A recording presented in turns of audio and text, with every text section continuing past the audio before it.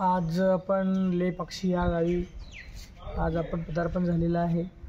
तर इथं आल्यानंतर ही जी प्राचीन काळाची असलेली ही जी संस्कृती आणि ही जी कलाकृती आहे ही एका मोठ्या छानशा दगडामध्ये इथे कोरण्यात आलेली आहे. इथे पाठीमागच्या साईडला मंदिर आहे आणि इथे एक नागोबाची छानशी मूर्ती आणि ले पक्षी नावाचा हा जो पक्षी होता आपण रामायणामध्ये बघितलं आपल्याला माहीत आहे की ज्या प्रकारे सीतेला जेव्हा रावण घेऊन जात होता त्यावेळेस जटायू हा पक्षी जेव्हा त्यांना अडवण्यासाठी प्रयत्न करत होता, परंतु त्याच्या या धडपडीमध्ये त्याला अपयश आलं.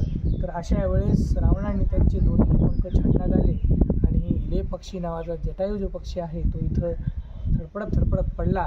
तर तेव्हापासून या क्षेत्राला तीर्थक्षेत्र व ले पक्षी या गावी एक छानशी अशी एक पर्यटन स्थळ म्हणून चांगलं आज नावाजलेलं आहे. तर त्या ठिकाणी आज आम्ही बरं, त्या खांबाविषयी काही माहिती सांगू शकता? खांबाविषयी पलीकडल्या साईडला मंदिराजवळवरती खांब आहे, तो असा थोडासा लटकलेला खांब आहे. त्यातून जर आपण थोडीशी दस्ती जर टाकली तर ती दस्ती पार जाऊ शकते.